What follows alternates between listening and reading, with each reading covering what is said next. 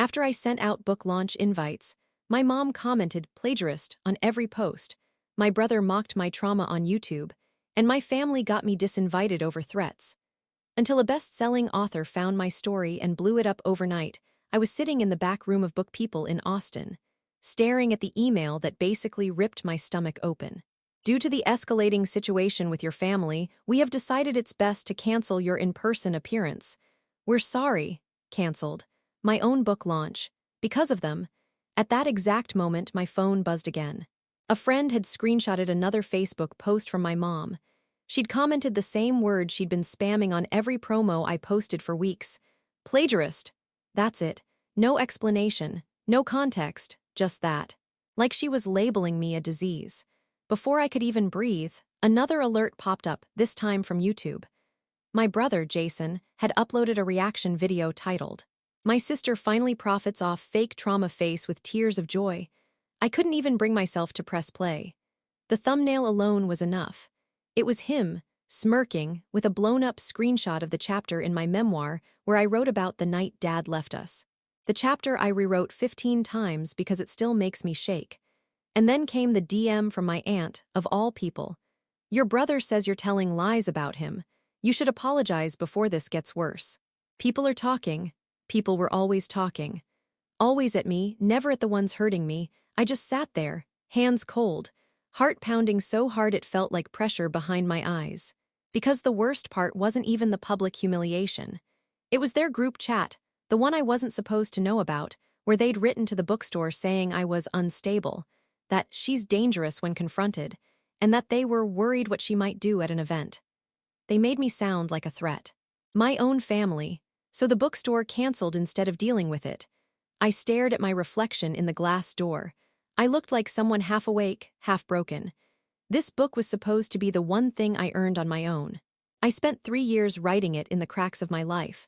Early mornings before my shift at the medical supply warehouse, late nights when the house was quiet, and my hands still shook from memories I didn't want to remember. The book wasn't about them, not really. It was about growing up in chaos. It was about survival. It was about how trauma doesn't release you just because other people wish it would. But they saw their own shadows in it and decided to burn the whole thing down. And the timing made it worse. 2 days before the official launch, before anything could even get off the ground, Mom attacked every post. Jason mocked the most personal things I'd ever written. And now the one bookstore I trusted to host me backed out because my family manufactured a threat. I felt like I was floating, detached from my own body, watching my life crumble through a screen. Then my phone buzzed again, but this time it wasn't another insult or threat. It was a DM on Instagram from a name I recognized instantly. At first, I thought it had to be fake, but the blue check was real, the follower count was real, the message was real. It simply said, "Hey, I saw what your family is doing to you. Your story deserves to be heard. Can we talk?" I blinked at the screen, stunned. Because the person who had just reached out to me was a best-selling author I grew up reading. Someone whose books are always at the front of the store, someone who doesn't just reach out to nobodies like me. And the strangest part? She somehow knew everything. I didn't understand how, not yet. But I was about to. I didn't grow up thinking my family hated me. I grew up thinking their version of love just hurt more than it should. In Round Rock, Texas, everything in our house was either too loud or too quiet. Mom had 2 modes, ignoring you completely or coming at you like you'd personally ruined her life. Dad was a ghost long before he ever packed a bag. And Jason, my older brother by 3 years, learned early that if he joined in on Mom's moods instead of resisting them, he'd avoid becoming the target. So he did, over and over again. When I was 17, I finally figured out that if I wrote things down, anything, really, the spinning in my head slowed enough that I could breathe. English teachers told me I had something. At home, Mom told me I was dramatic. Jason told me I was obsessed with making us all look bad. Trauma wasn't a word we used. We used words like phase, mood, bullshit, and stop telling people our private business. After Dad officially left, Mom snapped harder than any of us expected.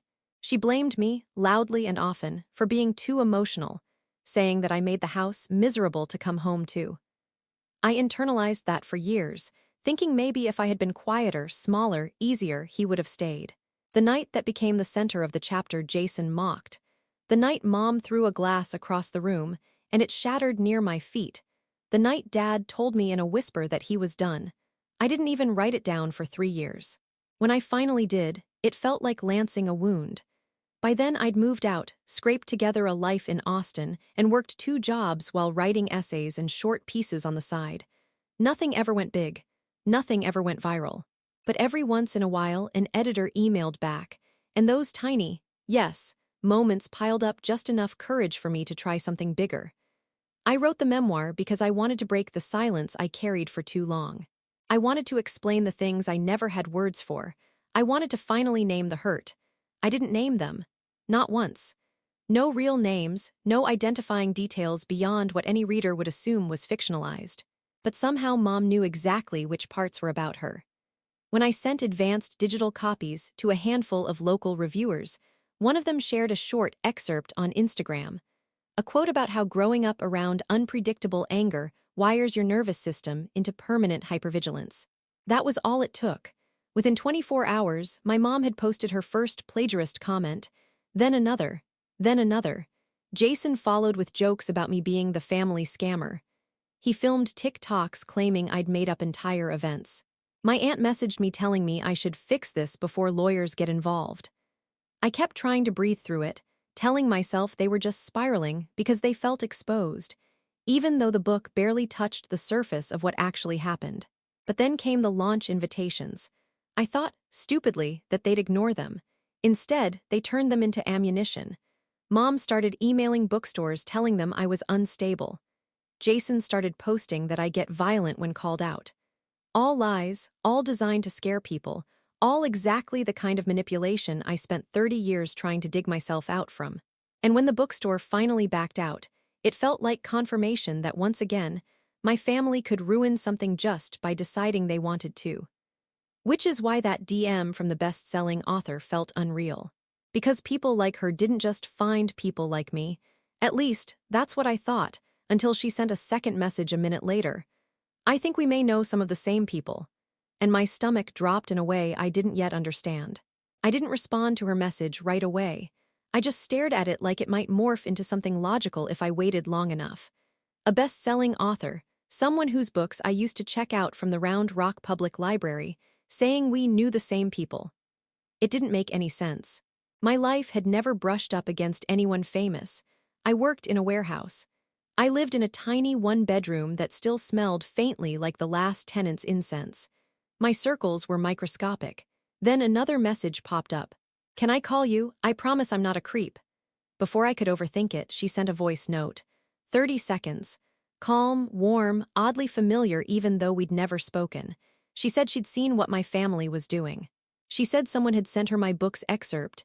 She said she thought I was extraordinary. No one had ever called me that before, so I said yes. I let her call. I heard the background hum of a cafe behind her. She sounded like she was leaning forward, elbows on a table, fully tuned in. She introduced herself, Lena Hart, the woman whose book tour were basically stadium events. And then she said the thing that made my skin prickle. "I know your brother." At first, I laughed because what else could I do? My brother wasn't someone a best-selling author would know. He wasn't a writer. He wasn't anything beyond a guy who streamed Fortnite and posted petty reaction videos from our childhood bedroom. But Lena kept talking. "I didn't know him well," she said. "But he knew me. He used to email me obsessively. For months." I went cold. She said his messages weren't threats, not exactly, just long, rambling emails about how writers lie and how people make money by twisting family stories. She brushed it off as a fan with boundary issues, but she never forgot the name. Jason, it felt like swallowing broken glass, because he had never mentioned that. He never said he'd reached out to anyone. He made fun of writers every chance he got. But secretly, behind closed doors, he'd been tracking them. Watching them. Trying to insert himself into spaces he claimed to hate. Lena said she initially thought the comments on my posts were coincidence, just internet noise. But when she recognized my last name, she dug deeper. "I saw the TikToks he made about you," she said, voice tightening. "And honestly, they scared me." I didn't know what to say. I felt exposed, not just by my family, but by the idea that they'd been helicoptering around my life in ways I had no clue about. And then she dropped the second hit. I also saw the emails your mom sent the bookstore. They forwarded them to me when I asked about hosting you at my event. Wait. What? Apparently the bookstore, the same one that dropped me, had quietly reached out to her team earlier that week trying to gauge whether hosting me at her upcoming festival was a possibility. A long shot, but still they tried. Lena said yes. Immediately. But before they could set anything up, my mom and aunt carpet-bombed their inbox with messages claiming I was dangerous, unstable, using trauma to manipulate strangers. Lena had pushed back, but the bookstore panicked. They didn't want drama attached to their name. Hearing all of that felt like being shoved underwater. My family hadn't just sabotaged my launch, they'd managed to reach into rooms I'd never stepped foot in. Rooms I didn't even know existed for me. But then Lena's voice softened. I have an idea, she said. A way to fix this, but before I do anything, I need to ask you something important. The pause stretched. What aren't you telling me about your brother? The question hit so precisely that I almost dropped the phone. Because there was something I had never written about, something I planned to take to my grave, and somehow she could feel it. I didn't answer her right away. My throat locked up the way it used to when Mom demanded explanations I couldn't give without detonating the room. What aren't you telling me about your brother? Lena asked again, gentler this time, but still direct, like she already knew the shape of it and just needed me to confirm. I swallowed hard and said the only thing I could manage. Why are you asking me that? She exhaled, slow. I need you to hear something before you answer. Then she told me.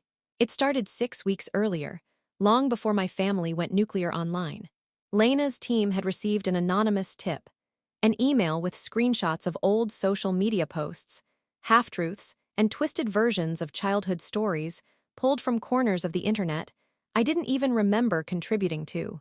At first the teepster claimed to be a concerned reader, then a family friend, then someone who knows the real her.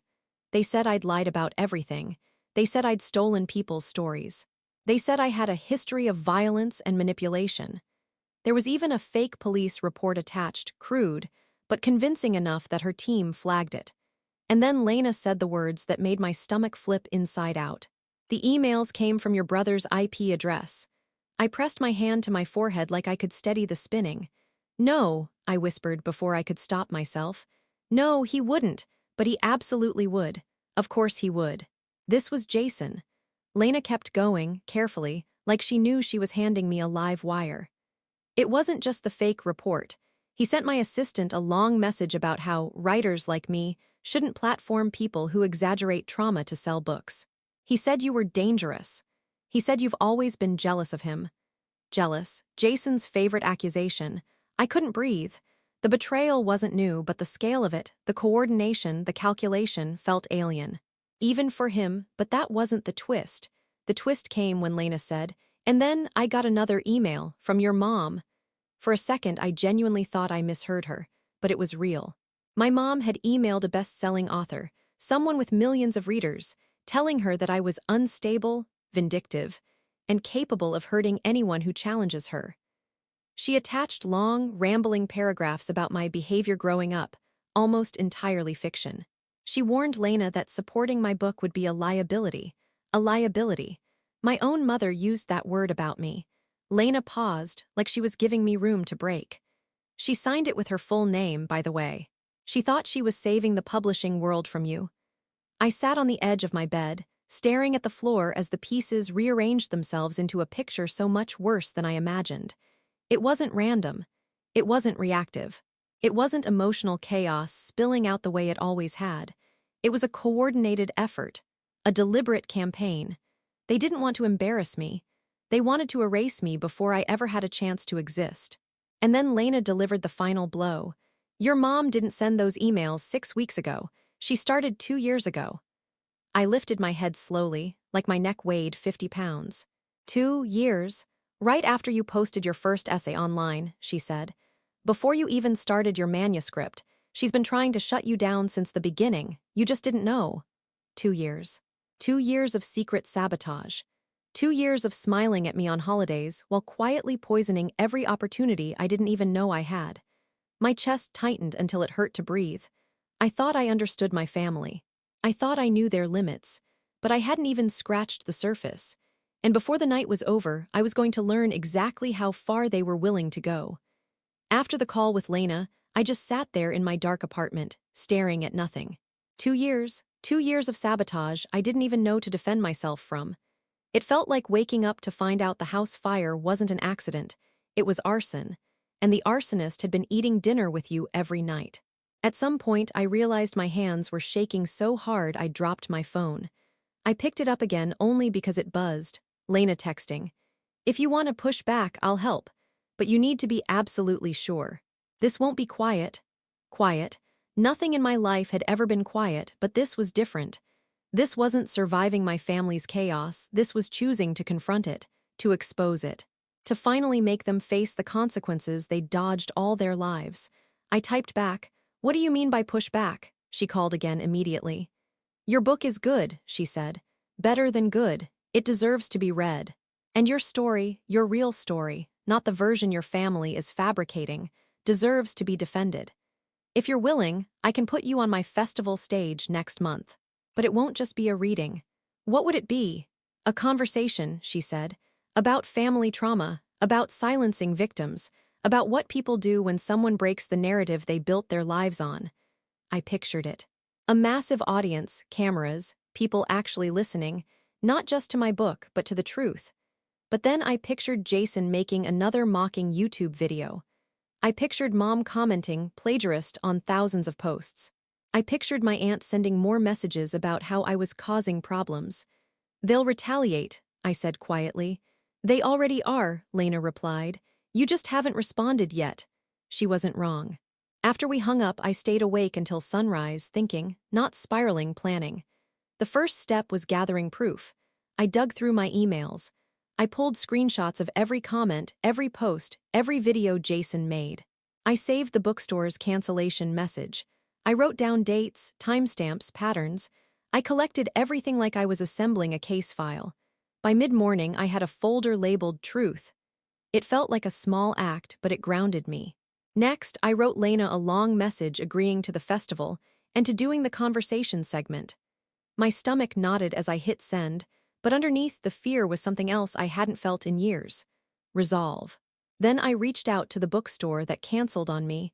I didn't demand anything. I just requested access to the emails they'd received from my family.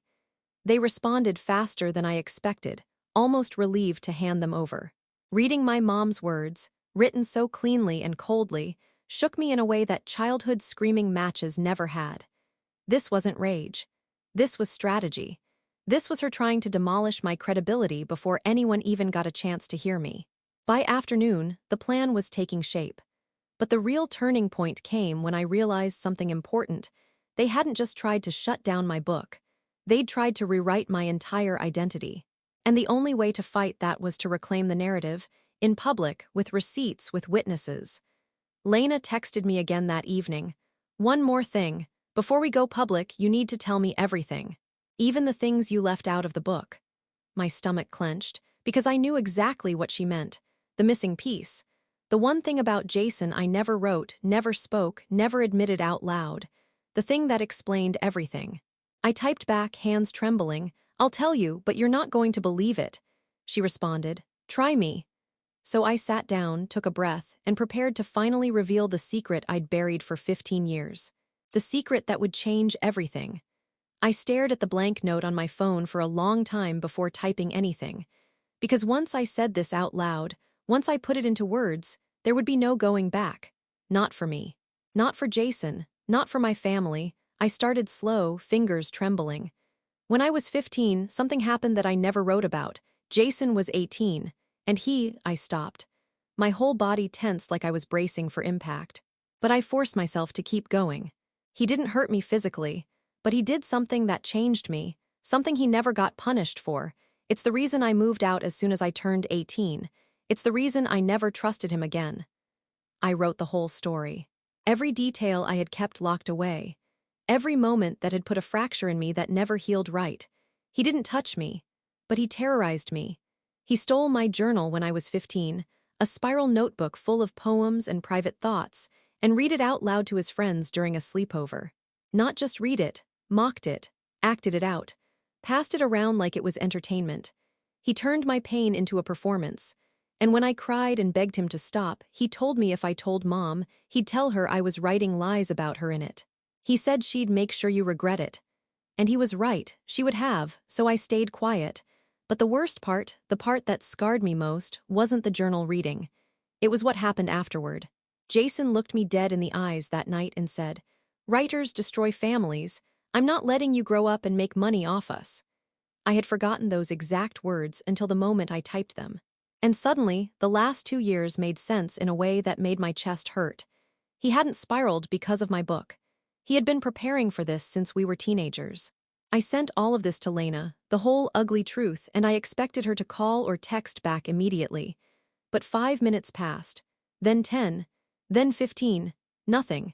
Just when I started panicking that I'd overshared or scared her off, my phone rang. "Are you safe right now?" she asked. No greeting, no lead-in, just pure seriousness. "Yes," I said, confused. "Why?" "Because I did something after reading your messages," she said. "Something I wasn't expecting to do." I held my breath. I searched Jason's old emails again, the ones he sent me years ago. I never connected it before, but he used the same phrase, the exact one he said to you. "What phrase?" "Writers destroy families." I froze. "There's more," she continued. "He didn't just send emails to me. He sent them to 3 other women in publishing, and one of them forwarded me something you need to know." My pulse hammered in my ears. "What?" "It wasn't just emails," she said quietly. "Your brother has been submitting anonymous complaints about you to writing conferences, small presses, even local literary groups for almost a decade. A decade, 10 years. Long before I ever published anything. Long before I ever believed I couldn't even speak. And that's not the real twist," she added, voice dropping lower. My heart thudded so hard my ribs ached. "What is?" "One of the women he harassed had a private investigator look into him years ago. Not officially, but enough to gather information." My breath caught. And according to her," Lena said, "your brother wasn't acting alone." I felt the bottom fall out of my stomach. "Your mom helped him," she finished. "From the very beginning." For a moment I genuinely didn't understand the words. They didn't make sense. They couldn't. This wasn't just family dysfunction. This wasn't just anger or embarrassment or denial. This was collusion, coordinated, calculated, long-term. And then Lena said the thing that made my blood run cold. "There's one more person involved, someone you're not going to expect." I gripped the phone so tight my knuckles throbbed. "Who?" But Lena didn't answer right away. Instead she said, "I need you to sit down and breathe before I tell you, because this changes everything." I sat down because I genuinely thought my legs might give out. Whatever Lena was about to say, I could feel it pressing against the air between us. Heavy, wrong, final. "Just tell me," I whispered. She took a breath. "The private investigator found a third person who helped your mom and brother spread lies about you. Someone who acted as a kind of inside source." My pulse beat in my throat. "Who?" Lena hesitated only a second. "Your father." Everything inside me went silent. Not shocked, not even hurt at first, just hollow. Like the words scraped out the center of me. "My dad," I finally managed. "No, he left. He hasn't talked to us in years." Lena's voice softened, but she didn't back down. "He's been in contact with your mom and brother the whole time. Not regularly, not warmly, but enough to feed them information. Enough to confirm details. Enough to make their stories sound credible." I shook my head, but the pieces were already clicking together in ways I never wanted them to. "And the reason," she added quietly, "isn't what you think." Of course it wasn't. Nothing in my family had ever been simple drama. It was always wrought with a coat of fresh paint. "Why?" I asked, barely getting the word out. Lena didn't sugarcoat it. "Because if your book succeeded, even a little, your father was terrified it would expose who he really was. He didn't leave because your mom was chaotic. He left because he was losing control. And the idea of anyone hearing your version of the truth, especially about the night he walked out, was something he couldn't risk." I stared at the wall, numb. She kept going. "The Pie's notes said he told your mom that the girl exaggerates, and she'll make me out too. To be the villain. And your mom, she ran with it. Because to her, protecting her image means crushing anything or anyone that threatens it." My breath hitched. Dad wasn't silent because he didn't care. He was silent because it benefited him. Mom wasn't cruel because she was overwhelmed. She was cruel because she enjoyed the power. And Jason, hadn't spiraled by accident. He'd been groomed into becoming her weapon. Lena continued, voice steady but grim. Your mom's biggest fear isn't the public thinking she's abusive. It's the public thinking she failed. She built her entire identity around being the one who held the family together after your father left. If your version of events got traction, people would see the truth. She wasn't a hero. She was the reason the house was collapsing. I felt the words like bruises forming under my skin. And your brother, she added, helped because he needed her approval more than he needed a conscience. He grew up learning that loyalty meant cruelty, and he thought if he could destroy you, she'd finally see him as the good one. I covered my mouth with my hand. This wasn't just dysfunction. This wasn't just resentment. This wasn't even just fear of embarrassment. This was self-preservation through character assassination. Lena lowered her voice. And your father, he helped because he knew the second you gained a platform, people would ask questions he spent 15 years avoiding. Questions about why he left. Questions about who he really was behind closed doors. Questions that would make him look like the coward he is. My stomach twisted. They didn't ruin my book launch out of anger. They ruined it because they needed me powerless. Because power meant visibility. And visibility meant truth. And truth meant losing everything they'd built their narratives on. Lena's final words were almost a whisper. They didn't attack your story, they attacked your existence. I sat there shaking, not from fear, but from understanding. Cold, sharp understanding that sliced deeper than anything so far. This wasn't just revenge on their part. This was extermination. And suddenly, every doubt, every hesitation I'd felt about fighting back evaporated. They wanted me erased. So I was going to make sure the world saw them, clearly, publicly, undeniably, for exactly what they were. The night after Lena told me everything, I didn't sleep. Not because I was scared, because I finally knew the truth in full, and it sharpened something inside me that had been dull for years. They hadn't just tried to sabotage my book. They had been trying to erase me since I was 15. And I was done letting them win. The plan came together fast, clean, simple, undeniable. First, I gathered every piece of evidence into one document. Screenshots, emails, timestamps, copies of Jason's videos, the bookstore correspondence, even the pie notes Lena had permission to share. I lined everything up in chronological order. No emotion, no commentary, just facts. Then Lena put me in touch with her PR team, a real team with real resources. They didn't flinch when I showed them the folder. They didn't ask if I was exaggerating. They didn't ask what I had done to provoke my family. They just said, "We'll handle the rollout." And suddenly, for the first time in my entire life, I had people in my corner who weren't afraid of my family's noise. The festival stage came a month later. Chicago, 3,000 people. Cameras everywhere. A line out the door for the panel I was headlining with Lena. I wasn't shaking this time. I felt grounded in a way I didn't know was possible. The panel started calm, Lena talking about memoir writing, truth-telling, and the risks of exposing family patterns. Then she passed me the mic and said, "Your turn." I took a breath and told the truth, not the soft version, not the digestible version, the real, unvarnished truth. I talked about growing up in chaos, about leaving at 18, about learning how terror can wear a friendly face. I didn't name anyone, but I didn't need to. The truth has a shape and people recognized it. Then I revealed the campaign my family had built. The emails, the lies, the threats, the sabotage, the decade-long pattern of harassment, the anonymous tips that weren't anonymous at all. I displayed screenshots on the screen behind me, identifying information blurred, but clear enough to show exactly what had been done. The room went silent. Not shocked silent, angry silent. People knew exactly what they were looking at. And then I read the last thing. The sentence Jason said to me when I was 15 and the one he'd repeated to multiple authors over the years. Writers destroy families. The audience audibly reacted. A low, horrified gasp. I ended with this. Sometimes families destroy themselves. The writer just stops pretending. The applause hit like a wave. After the panel, something happened I never could have predicted. My story blew up online. Not as gossip, not as drama, but as a case study in generational manipulation and silencing. People shared their own experiences. Therapists, authors, influencers, and total strangers all saying the same thing. I believe you. This happened to me too. You're not alone. My book sold out that night. Publishers reordered within hours. Jason tried to post another mocking video, but by then people recognized his tactics instantly. The comments filled with people calling out the manipulation, the obsession, the cruelty. His channel lost thousands of followers in 2 days. Mom tried posting another plagiarist comment, but it got drowned out by hundreds of people checking her behavior in real time. She deleted her account within a week. As for my father, someone forwarded me a Facebook post he made. He wrote, "I want to stay out of family drama." That sentence alone told the world everything about him.